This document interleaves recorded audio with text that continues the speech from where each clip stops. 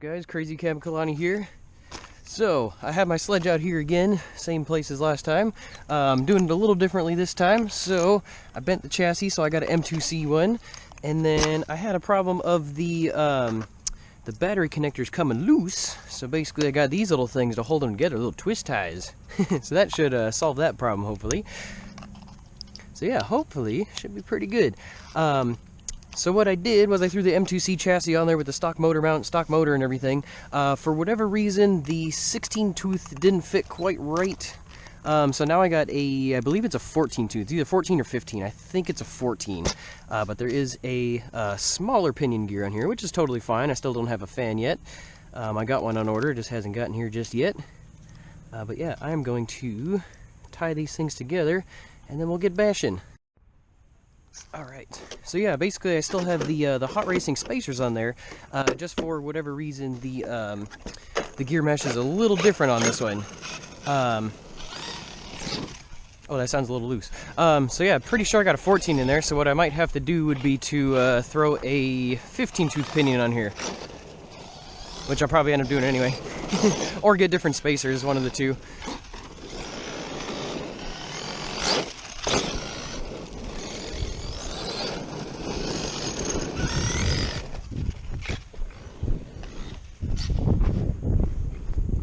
This thing was running great last time. I loved the top end power of it, so let's see with the smaller pinion. Hopefully it still has some of that top end grunt that it had for the flips and stuff. Yep, definitely still does. Maybe a little less. It's pretty sure it's a 14 that's on here.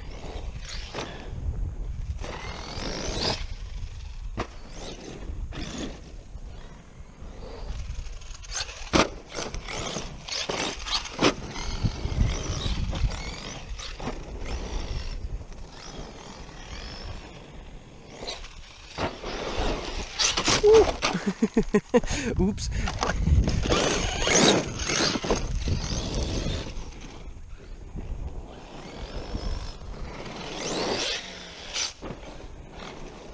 Oh yeah, so the headband that I have that normally holds my camera, I forgot a hat. Normally I wear a baseball cap to hold my hair out of the way, so hopefully my hair doesn't get in the way.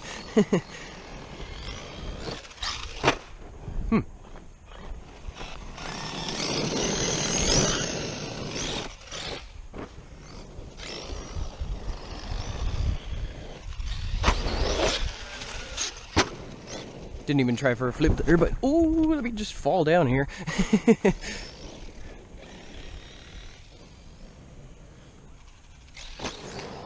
Oh.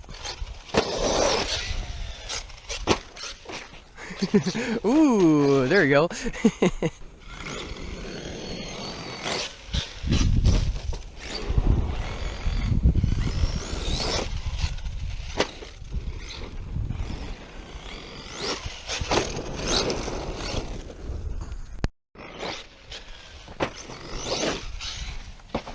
Ooh, that probably hit his roof. Oh, it didn't. Oh, wow. Or maybe it did, but it flipped. Yeah, I don't know what that sound is. Maybe I chipped a tooth or something. Because it sounds like the gear mesh is okay, but like it just sounds a little crunchy. Oh, pinion came off. That lovely sound. Oh, man.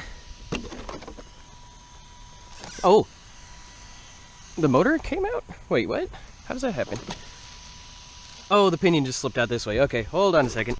I swear I thread locked this thing, so I have no idea why it slipped. I let it sit overnight too, so that's a little weird that the thing came out like that. But we're back in action. I did figure it out too. My my center diff. There's a couple of teeth missing. Oh, that sounds real nasty now. Ow. That doesn't sound right. Ouch. Maybe it's missing too many teeth. I thought the gear mesh was okay. Nope, it's way too loose now. Okay. Oh, just the teeth are gone, that's why. Oops. Yeah, like, oh, there's a whole section where there's like missing teeth.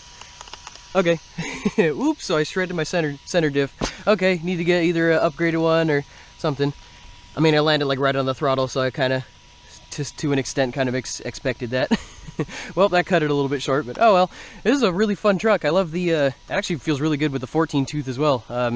Didn't get too much running with it. But yeah, shredded that little center diff there. Oops, gotta fix that.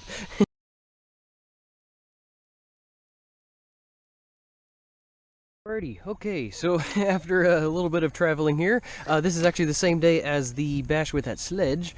I got my Outcast that I haven't driven in a while. This thing is OG to the max. Still got a Tactic radio, stock ESC, stock motor, a few M2C goodies here and there, a couple hot racing ones here and there as well. Yeah, I haven't driven this thing since 2020. Last time I took it out to a skate park and then I totally bent the stock chassis on it, so now I'm back to a or you know, up to an M2C racing chassis and everything. I see I got one screw loose here, like always. Tighten that real quick here. I think it's for like the battery tray or something, so oops. Yeah, I think everything else is good. It feels pretty flat there. Cool. All right, get this thing ripping here. These are the same batteries for the Sledge, so I just threw these batteries in here and took off. Yeah, I haven't driven this thing in a long time. It was like right before the pandemic happened, you know, 2020 lockdowns and all that. Oh my god, it's been a minute.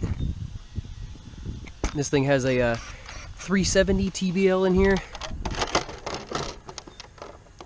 That's the only real like electronics upgrade to it. Stock motor punches up to like 7 or 8. I think there's like 9 levels on this specific ESC. Yeah, this vehicle actually hasn't been to this park before. It's been a while since I drove this thing. Kind of the problem that I had with it is just so loud. I don't know what it is, but all my Arrma 6S vehicles are just really just kind of the way it is. Steel gears, no plastic shroud or anything to make them quiet. So yeah, in the neighborhoods I live in, I just haven't really been able to drive this thing because it's just so loud. I don't want to annoy the neighbors or whatever. So, woo!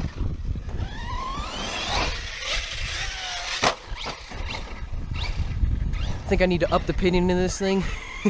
Maybe like 1 or 2 teeth.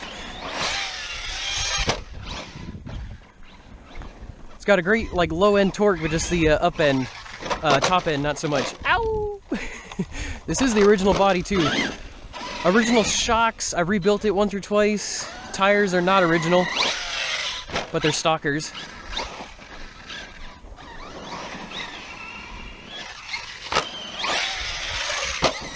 This thing is the backflip king. Just that short wheelbase is just perfect for it. This is still stock gearing if I remember correctly too. Just the only thing I did was up the punch a little bit so we could do standing backflips. Oh!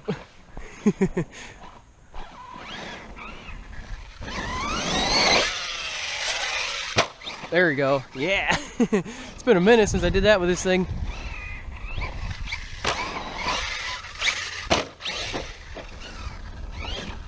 Try that jump. I don't know if I tried it last time with the Sledge. When it was running good, at least. Oops. Oh! I think it got unplugged. Ouch! That was a gnarly little hit right on the face there. Whoops. I don't hear the fan or anything, so yeah, I'm guessing it probably... Yep, got unplugged. Alright. Oh crap! There we go, battery tray's completely stripped out. What should I do about that? I have those twist ties in my pocket. Oh my god, thank God I have that. Yeah, let's... I'm gonna have to figure this out real quick because I literally just sheared off every little bolt for the battery tray. Oops. 1 second here. Okay, zip ties to the rescue here. Alright. So yeah, it's holding. It's there. Thank goodness for zip ties. Oh my god.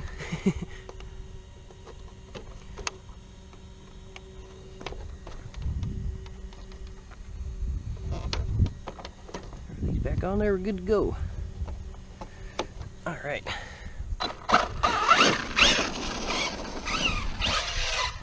Oh, right on nosedive. Oh boy.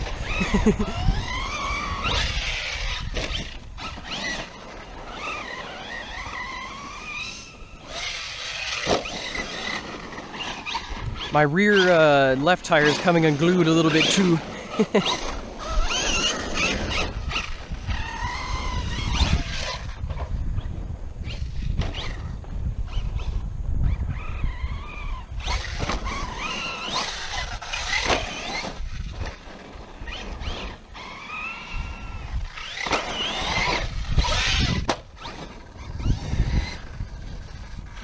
I did not expect to save that one right there.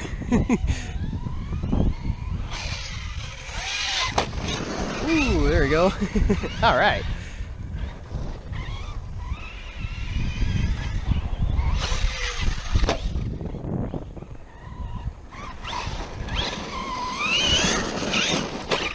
Oh. Hit a little rut. Oh my god.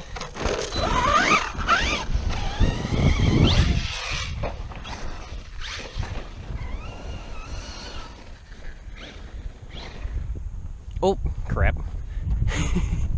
Can't see.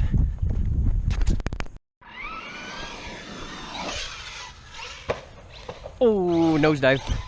Another one of those. I don't know what it is, but it seems like the braking strength is really low on this thing.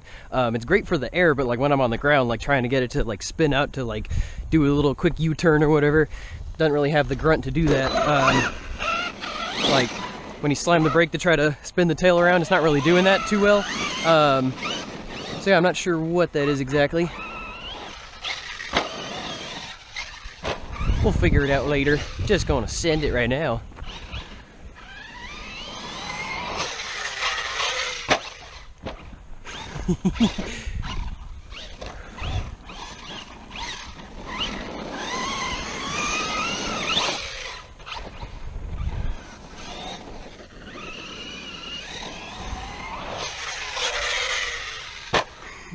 Oh, came unplugged again. Oh no!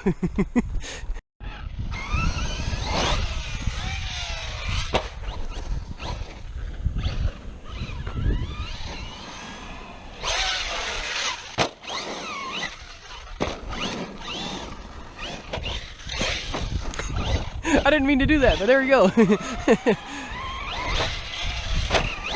Or no, what are you talking about? Yes, I totally meant to do that.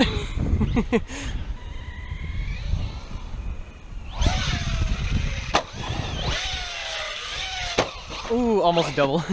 Not quite.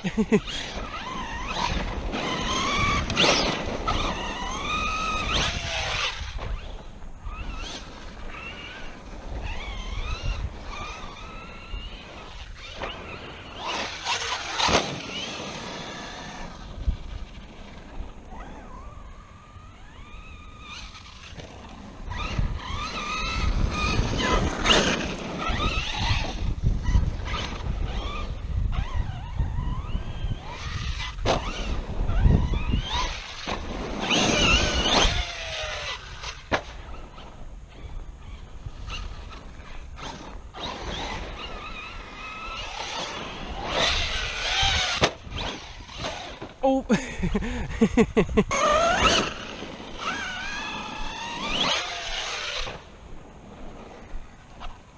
Oh!